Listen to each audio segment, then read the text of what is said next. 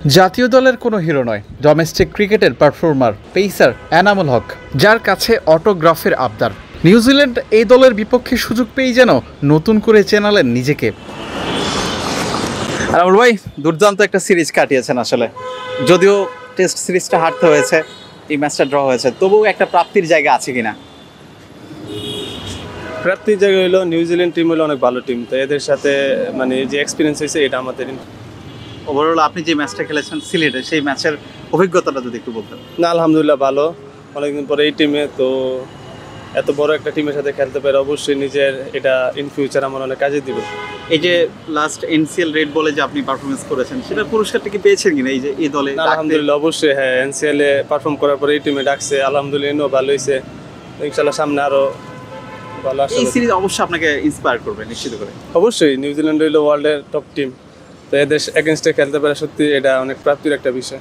দেশ জুড়ে তোলপাড় ওয়ালটন ফ্রিজ কিনে আপনিও হয়ে যেতে পারেন মিলেনিয়ার।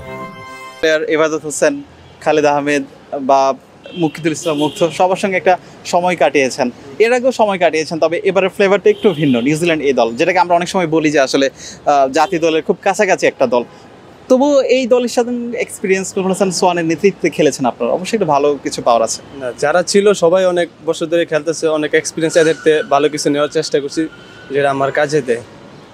না, অবশ্যই এইসব এক্সপিরিয়েন্সগুলো যদি সামনে ডোমেস্টিক লিগে নিজের মানে প্রুফ করার জন্য আমার মনে হয় যে এক্সপিরিয়েন্সগুলো অনেক কাজে দিব। Thank you so much. Thank you.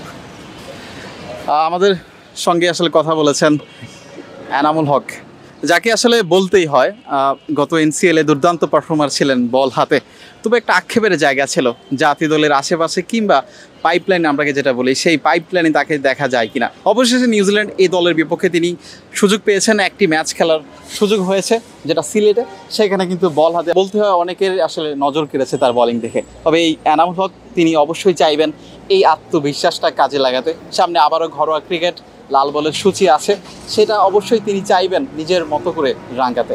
Mirpur home of cricket থেকে বিলাল হোসেন শিমুল, ক্রিকেট 97।